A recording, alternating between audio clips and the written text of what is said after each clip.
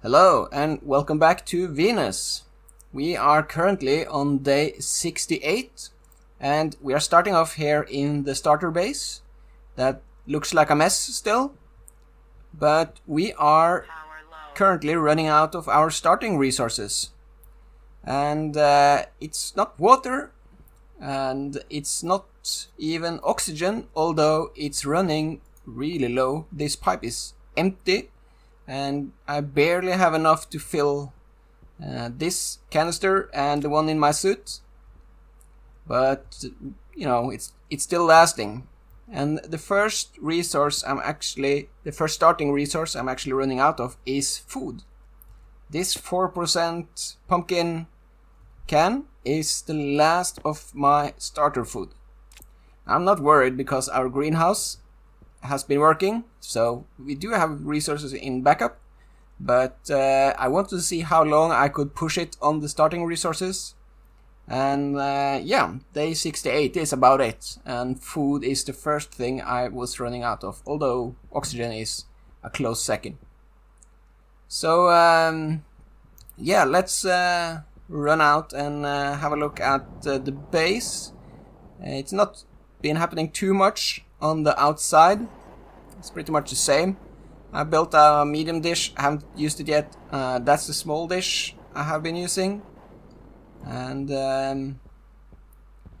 yeah, the trader sitting here is still the same trader we left off in the last episode. I have still not bought anything from him. Basically I'm just sitting there and waiting. And in the greenhouse though, it's been happening a lot of stuff. So let's cycle in and have a look at it.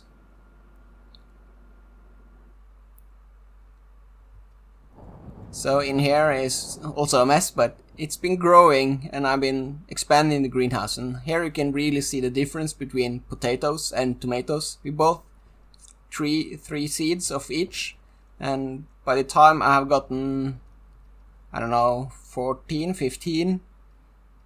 potato plants, I have basically gotten all of these potatoes and seeds to spare. So potatoes is really growing fast here. So I mean, we have both oxygen and food right here. So I'm not dying, but it's still not enough oxygen in here that I can take my helmet off. But we can siphon off some of the oxygen just to keep the starter base alive a little bit still. And while we're here, I thought we could talk about one thing that I have had a few questions about, and that's not the AC tower itself, but what do you do with the coal gases that the AC creates here? How do you regulate the temperature in your base with this coal pipe? So this blue pipe here is the same blue pipe you would see at the end of the AC setup in my AC video, the one pipe I had a bunch of heaters on.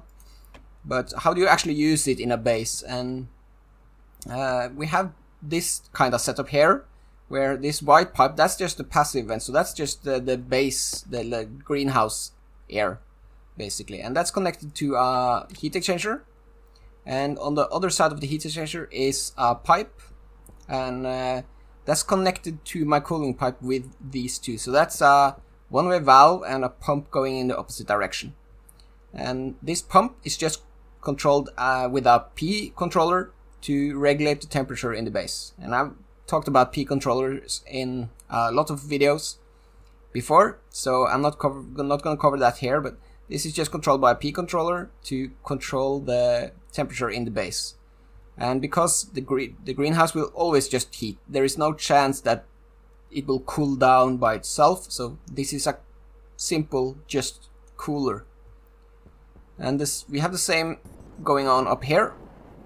So the orange pipe here is my starter base oxygen, the pipe that's currently empty though.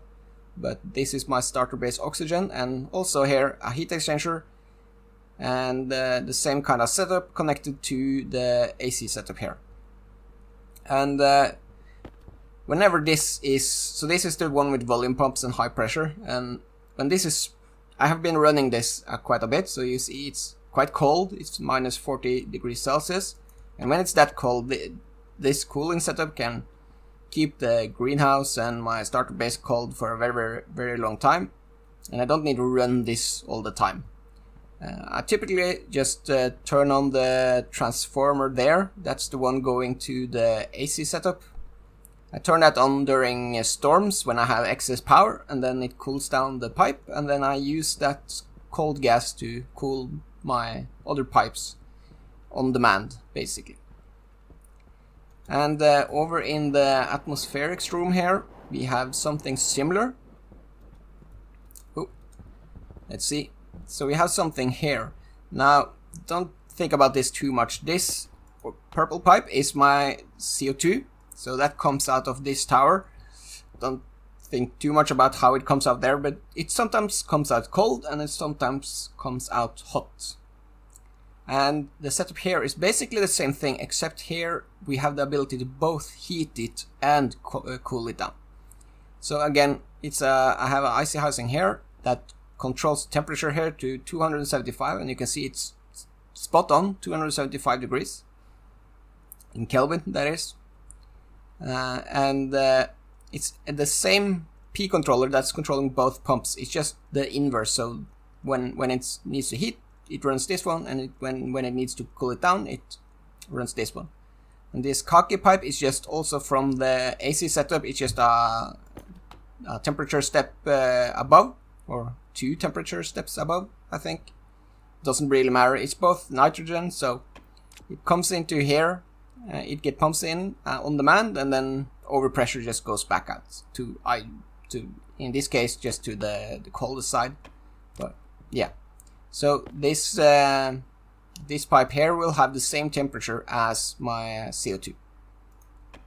And jumping ahead to day 83, the greenhouse has expanded even more, and I don't think we'll expand it more than this for the time being.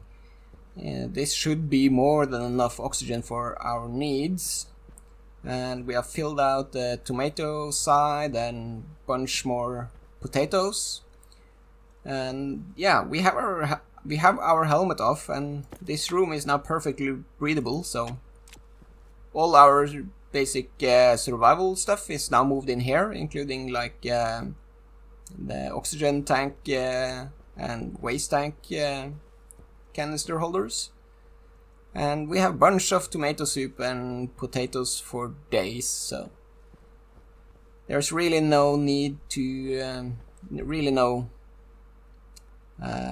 fear of dying right now. It's still the same trader from the last episode sitting there. I still haven't bought anything from him. I have been expecting the plants to start to complain about water. This is still our starting water supply that I have been drinking out of and, hydrating the plants with. And I've kind of been expecting them to start to complain about water pressure at some point, but still not happened. So even up to this point, we're still on the starting water, which really surprised me. But I think I'm gonna be buying some water from him so that we can start to get some trading running.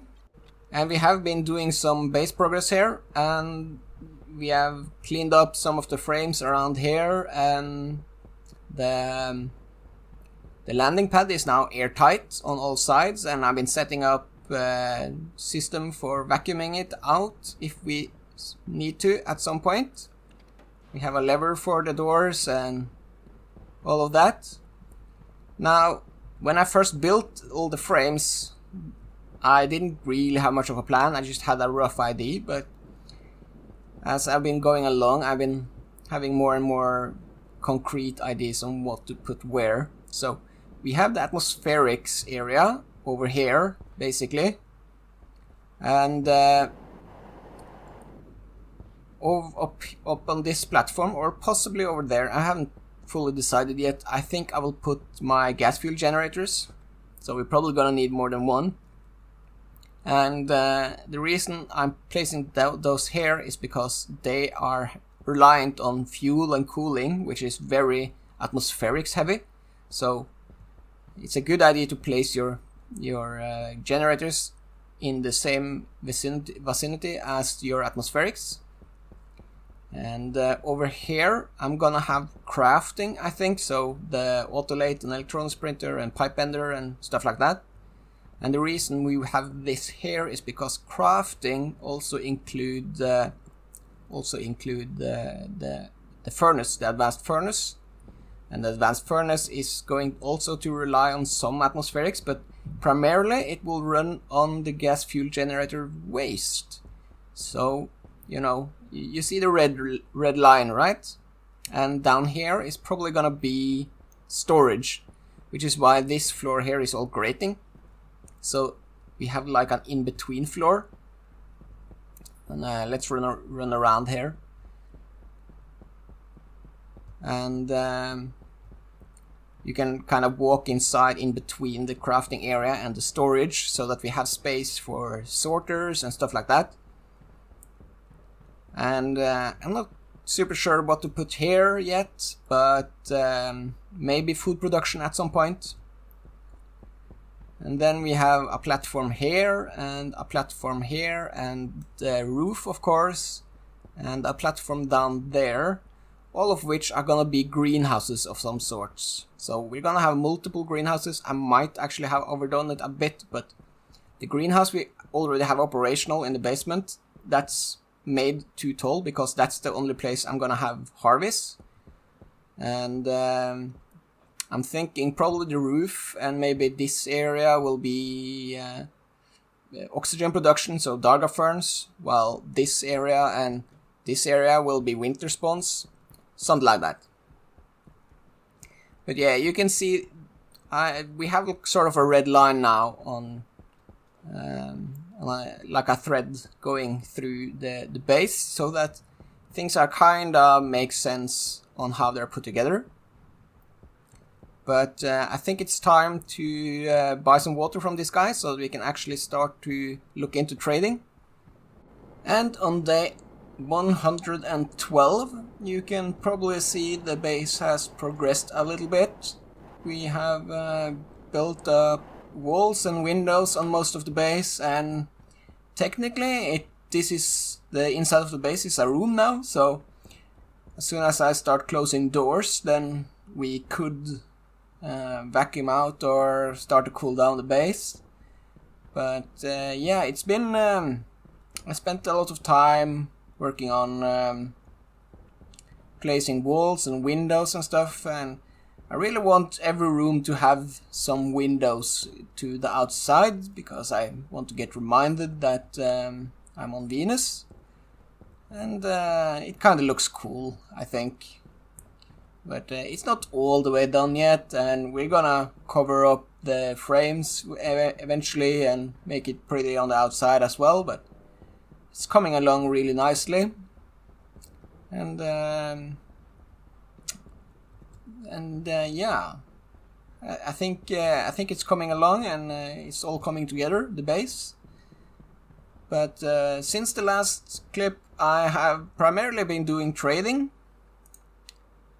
and I thought I would share some of the knowledge I have acquired doing trading. I have a credit card here with 4,486 credit on it, and the reason I've been making money is mostly because I want to make sure that whenever I get one of those organics trader, that the tier 3 organics traders that might have Darga Fern or Winter Spawn, then at least I have the cash for it.